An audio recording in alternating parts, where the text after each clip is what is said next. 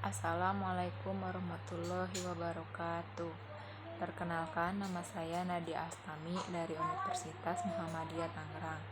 Di sini saya akan mempresentasikan tentang metodologi penelitian. Di dalam metodologi penelitian yaitu ada desain penelitian. Desain penelitian adalah rencana penelitian yang menjelaskan berbagai cara yang digunakan untuk menjawab permasalahan penelitian. Di antaranya yaitu pertama ada populasi dan sampel.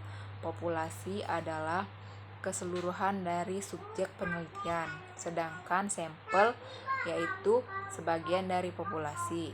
Yang kedua ada jenis data. Nah, di sini jenis data itu dibagi menjadi dua, yaitu kuantitatif dan kualitatif.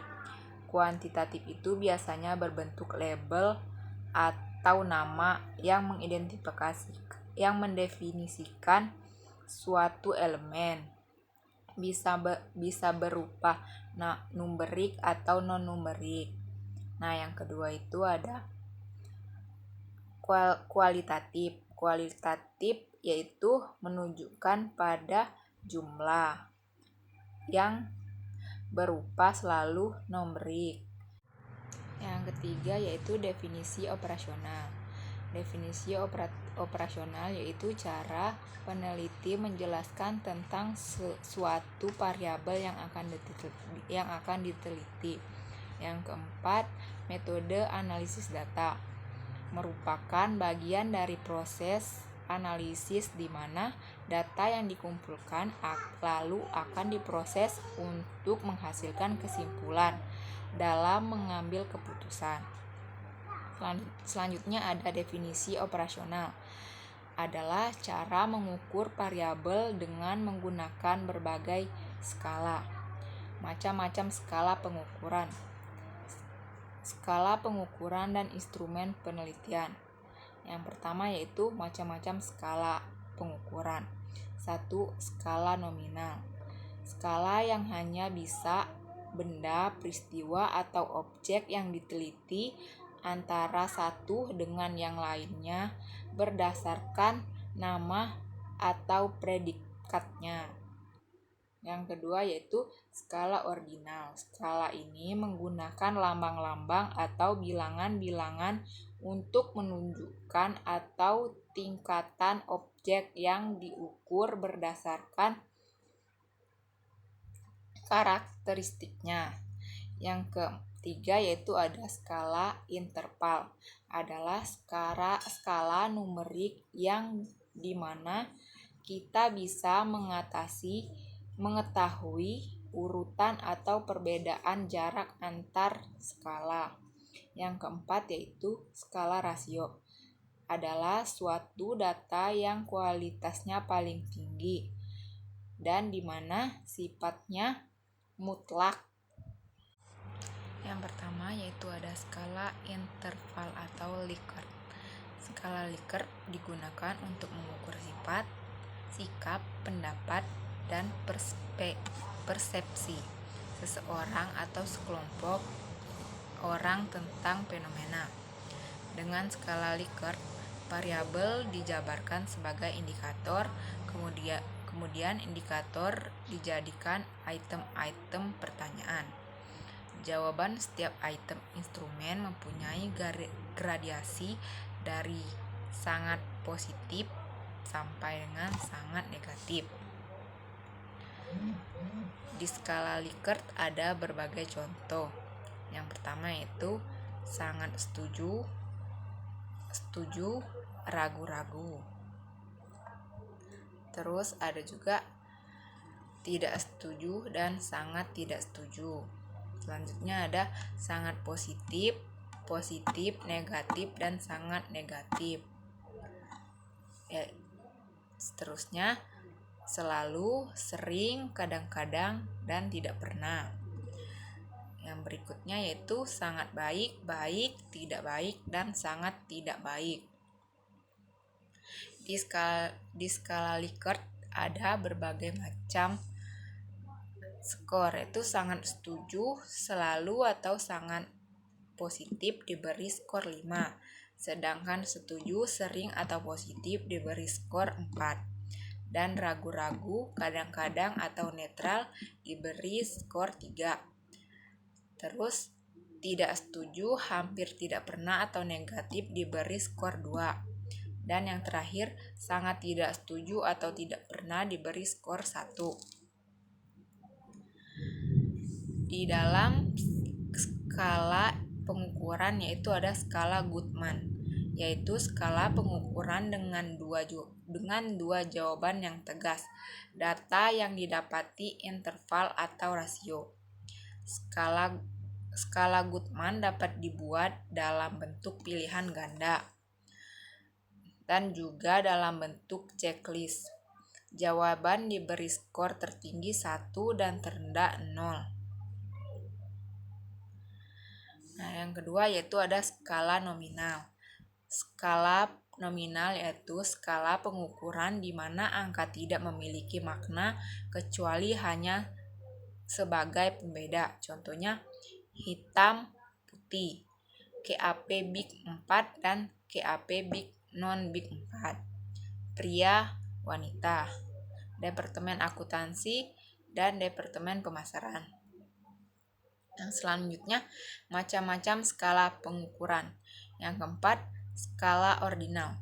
Skala ini memiliki makna rating. Contohnya itu jawaban pertanyaan bertingkat. Contohnya berkaitan dengan juara. 4 jika juara 4, 3 jika juara 3, 2 jika juara 2, 1 jika juara 1. Macam-macam skala pengukuran. Skala rasio. Data yang dihasilkan berupa data rasio. Skala ini merupakan skala tertinggi dalam skala pengukuran. Contohnya ROA sama dengan laba bersih dibagi aset total. Adapun di sini populasi dan teknik sampingan. Populasi dan sampel. Yang pertama yaitu ada populasi. Populasi adalah wilayah atau regenerasi yang terdiri atas objek atau subjek yang mempunyai kuantitas dan karakteristik tertentu yang ditetapkan oleh peneliti untuk dipelajari dan kemudian ditarik kesimpulannya. Yang kedua yaitu ada sampel. Sampel adalah sebagaimana dari jumlah dan karakteristik yang dimiliki oleh populasi. Di sini ada teknik sampling. Teknik sampling adalah teknik pengambilan sampel secara sistematis atau teknik sampling seperti gambar berikut. Nah, di teknik samplingan ini juga dibagi menjadi dua, yaitu probability sampling sama non-probability sampling. Di probability sampling yaitu ada 1. Simple random sampling. Yang kedua, proportionate stratified random sampling. Terus yang ketiga ada risk proportion stratified random sampling. Dan yang terakhir ada area atau cluster sampling menurut daerah. Terus yang kedua itu ada non-property sampling. Yang pertama ada sampling sistematis, sampling kuota, sampling aksidental. Yang keempat ada purpose sampling. Yang kelima ada sampling jenuh. Yang keenam ada snowball sampling. Selanjutnya ada teknik sampling. Yang pertama yaitu probability sampling. Probability sampling adalah teknik sampling yang memberikan peluang yang sama bagi setiap unsur atau anggota populasi untuk dipilih menjadi anggota sampel. Teknik ini meliputi A. Simple random sampling. Dikatakan simple atau sederhana karena pengambilan sampel anggota populasi dilakukan secara acak tanpa memberhentikan setara yang ada dalam populasi itu. Cara demikian dilakukan bila anggota populasi dianggap homogen. Di sini terdapat Gambar populasi dan sampel. Populasi itu lebih besar daripada sampel. Nah, di dalam populasi terdapat sampel-sampel. Selanjutnya ada B.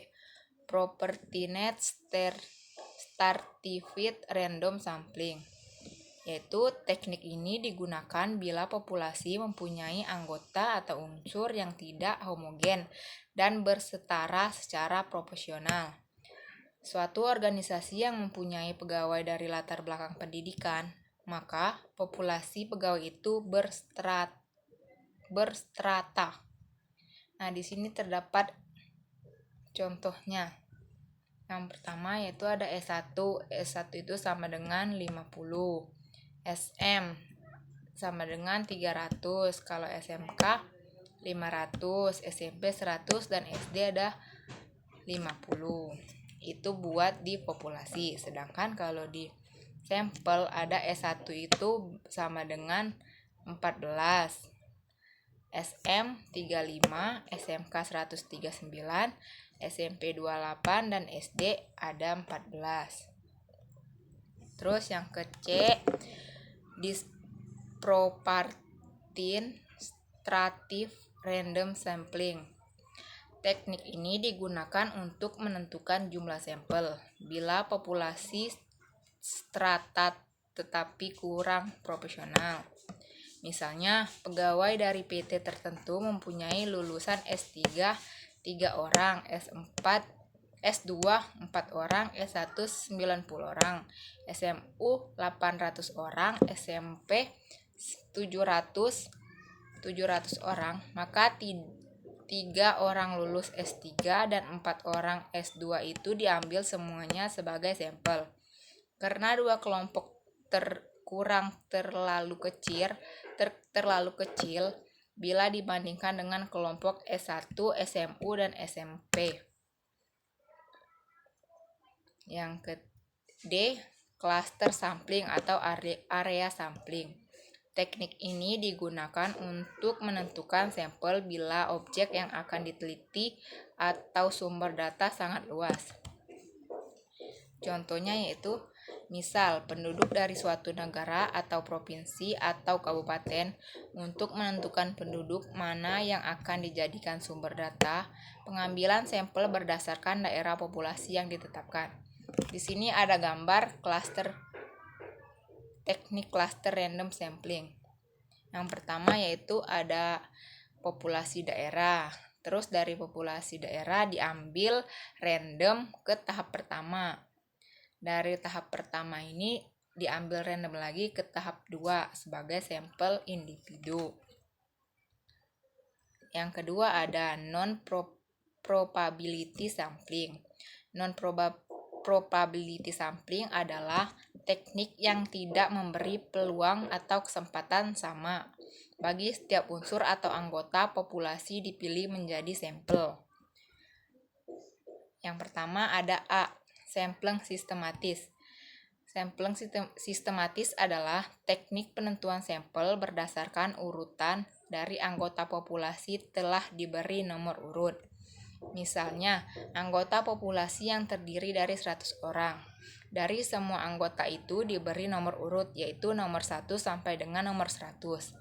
Pengambilan sampel dapat dilakukan dengan nomor ganjil saja, genap saja, atau kelipatan dari bilangan tertentu. Misalnya, kelipatan dari bilangan 5. Untuk itu, maka yang diambil sebagai sampel adalah 5, 10, 15, 20, dan seterusnya.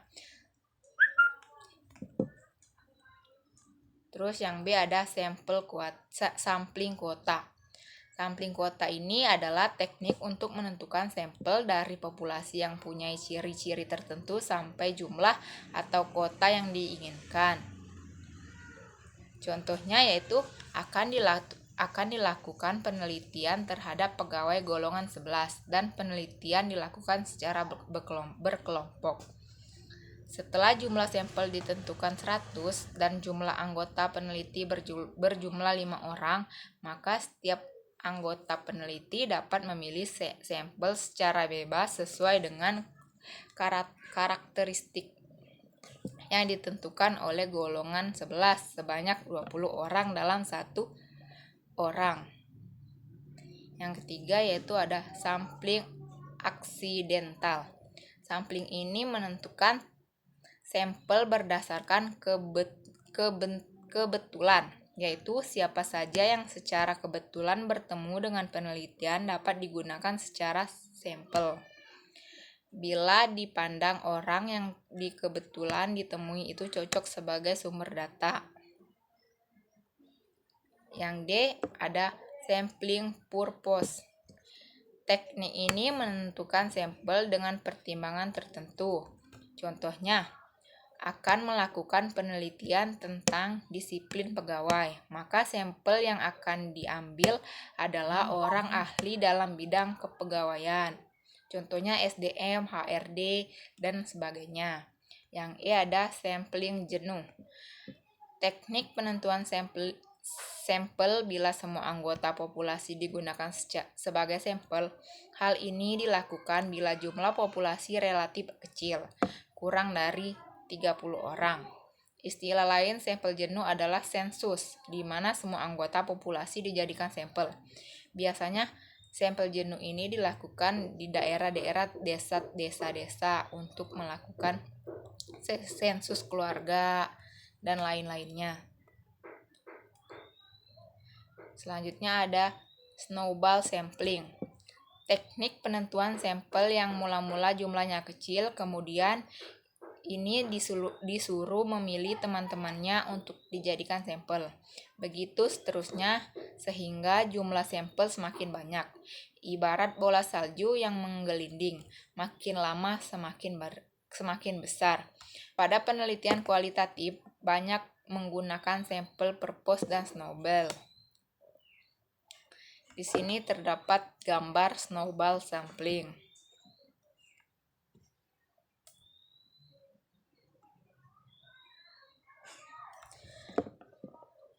Sekian presentasi dari saya, kurang lebihnya